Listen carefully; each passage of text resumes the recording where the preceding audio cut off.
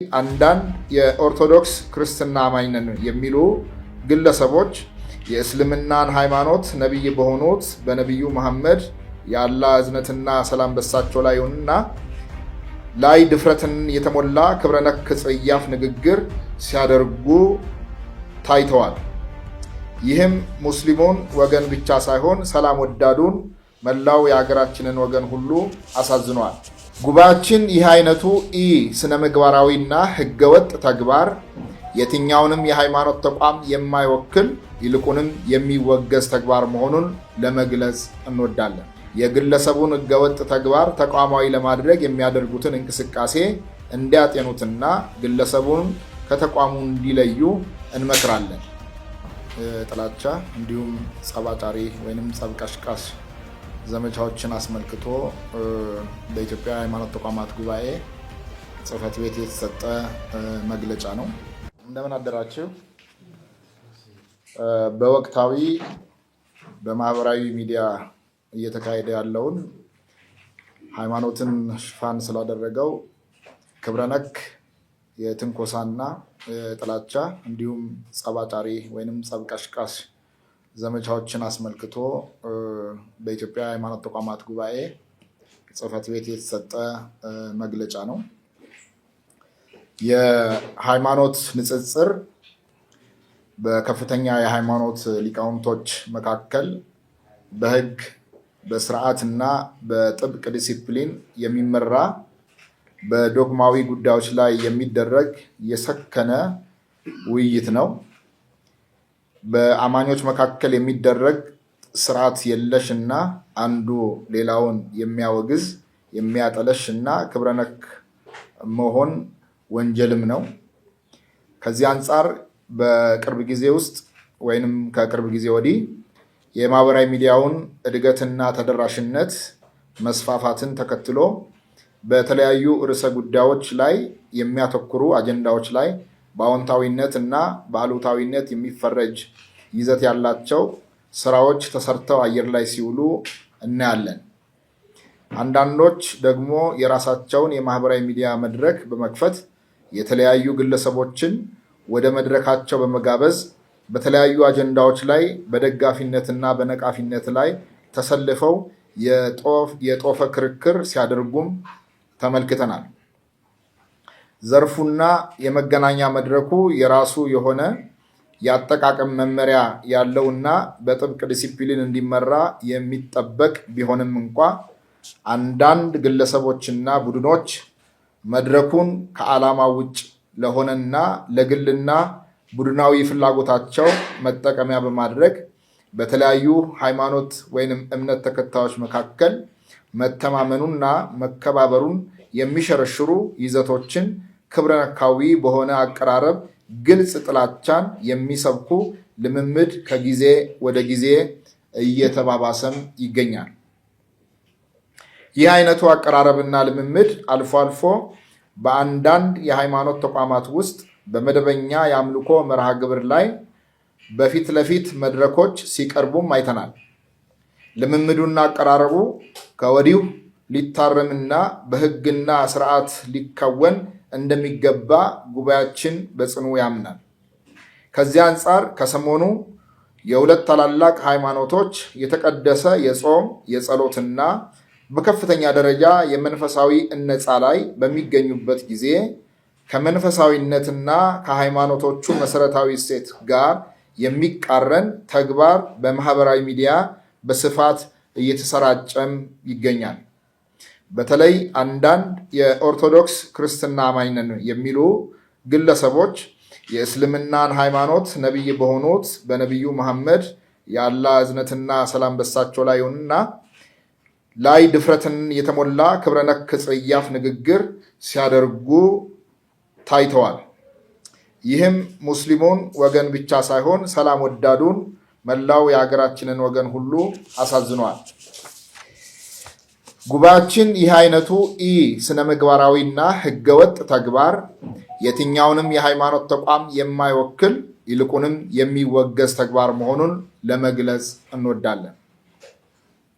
ከዚሁ ጋር በተያያዘ አንዳንድ የኦርቶዶክስ አማኝ ነን የሚሉ ወገኖች ወንድሞችና እህቶች የግለሰቡን ህገወጥ ተግባር ተቋማዊ ለማድረግ የሚያደርጉትን እንቅስቃሴ እንዲያጤኑትና ግለሰቡን ከተቋሙ እንዲለዩ እንመክራለን። በአንጻሩ አንዳንድ ሙስሊም ነን የሚሉ ግለሰቦች ተደፈርን በሚል ስሜት የክርስትና አስተምሮንና የኢየሱስ ክርስቶስን ለስም አጠራሩ ክብር ይግባውና ክብርን የሚነቅፍና የሚያጠለሽ መላውን ክርስትና የሚያዋርድ መልኩ ምላሽ ሲሰጡ እና ድርጊቱን በፈጸመው ግለሰብ ላይ የደቦ ፍርድ ሲያስተላልፉ ይታያሉ። ይህም ህገወጥነት ከማስፋፋት ባለፈ ጥፋትን በሌላ ጥፋት ማረም ፈጽሞ የማይቻል መሆኑን ተገንዝበው ከድርጊታቸው መታረም የህግ የበላይነትን እንዲያስቀድሙ ጉባኤያችን በአጽንኦት ይመክራል። በየትኛውም አካል የተፈጸሙትና የሚፈጸሙ ይህን መሰል ህገወጥ ተግባር በሁሉም ሃይማኖቶች አስተምህሮ ተቀባይነት የሌላቸው ብቻ ሳይሆን የሚወገዙ ተግባራት መሆናቸውን ጉባኤያችን እያስገነዘበ ድርጊቱ በወንጀል የሚያስጠይቅ ስለመሆኑም ለማስታወስ ይወዳል። ሀገራችን ኢትዮጵያ የብዛ ሃይማኖት መገኛና መኖሪያ ከመሆኗ አንጻር የኢትዮጵያ ሃይማኖት ተቋማት ጉባኤ የትኛውንም አይነት የሃይማኖት ተቋማትን አስተምሯቸውንና መገለጫዎቻቸውን የሚያንቋሽሹና የሚያዋርዱ ንግግሮችንም ሆነ ተግባራትን በጽኑ ያወግዛል።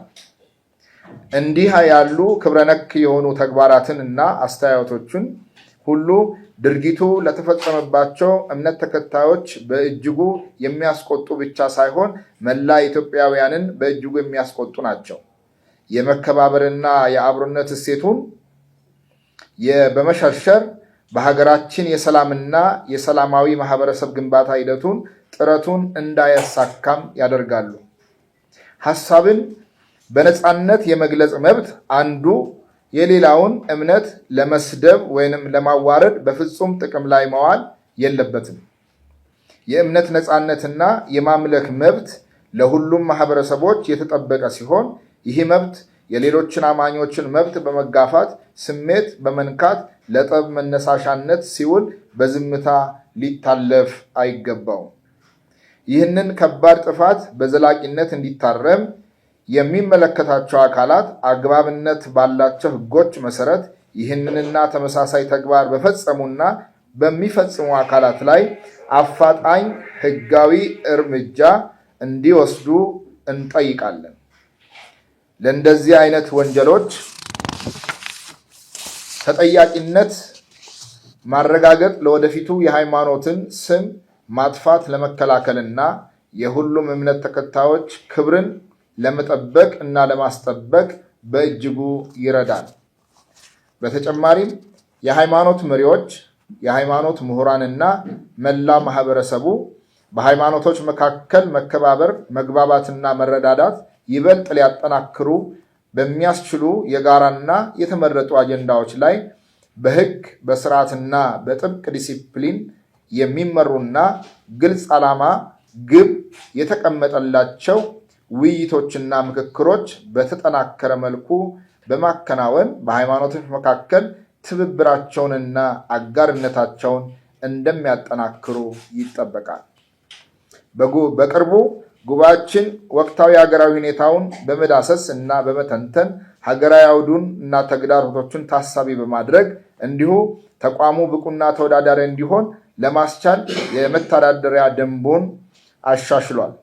የተሻሻለውም ደንብ በተቋማት መካከል አለመከባበርና አለመቻቻል የሚሰብኩ ጥላቻን የሚቀሰቅሱና ግጭትን የሚያባብሱ ተንኳሽና ክብረነክ ንግግሮችን፣ ተግባራትን የሚፈጽሙ ግለሰቦችና ቡድኖች በራሳቸው ተቋም ተጠያቂ የሚያደርግ ስርዓት እንዲኖር የሚያደርግ ድንጋጌ በደንቡ ላይ እንዲካተት አድርጓል። የችግሩ ስፋትና ጥልቀት እየጨመረ ከመምጣቱ ጋር ተያይዞም ችግሩን በዘላቂነት ለመፍታትም ከአባል የሃይማኖት ተቋማት የሚወከሉ የህግና አግባብነት ያላቸው ባለሙያዎች የሚካተቱበት ተከላካይ ግብረ ኃይል አደረጃጀት በጊዜያዊነት በቋሚነት በማደራጀት የቅድመ መከላከል ስራውን ለመስራት ተዘጋጅቷል። ወደ ስራም ገብቷል።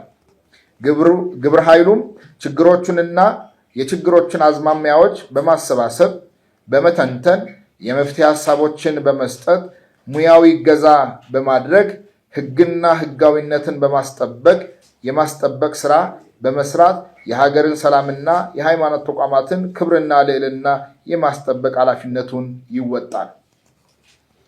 የሁለቱም እምነት ተከታዮችና አማኞች በማህበራዊ ሚዲያ ባላቸው አሉታዊ ዘመቻና በተፈጠረው ወቅታዊ ችግር ሳይረበሹ የጾም፣ የጸሎት፣ የንስሐና መሰል ተግባሮቻቸው ላይ እንዲያተኩሩ ጉባኤያችን ይመክራል። የህግ አስከባሪ አካሉም በአማኞች መካከል ያለውን ሰላምና መከባበር የሚያውኩ ህገወጥ ግለሰቦችን እና ቡድኖችን ከድርጊታቸው እንዲታረሙ በማድረግ ህግና ስርዓት የማስጠበቅ የተለመደ ህጋዊ ኃላፊነቱን እንዲወጣ ጉባኤያችን ጥሪ ያቀርባል። መጨረሻም ሁላችንም የሃይማኖት ተቋሞቻችንና የአስተምሮቻችንን ክብር፣ ልዕልናና ቅድስና እንጠብቅ በማለት ጉባኤያችን የአደራ መልእክቱንና ጥሪውን ያቀርባል። ለመላው የሀገራችን ሙስሊም ማህበረሰብና ለኢትዮጵያ ኦርቶዶክስ ተዋሕዶ ሃይማኖት ተከታዮች መልካም የረመዳን ጾምና መልካም የአብይ ጾም እንዲሆንላችሁ እየተመኘን መልካሙን ነገር ሁሉ እንዲገጥመን በጸሎታችሁ ለሀገራችን ሰላም መስፈን ሚናችሁ እንድትወጡ በዚህ አጋጣሚ ጥሪ ለማቅረብ እንወዳለን። የኢትዮጵያ የሃይማኖት ተቋማት ጉባኤ ለሰላም፣ ለመተባበርና ለአብሮነት። ፈጣሪ ኢትዮጵያንና ሕዝቧን ይባርክ።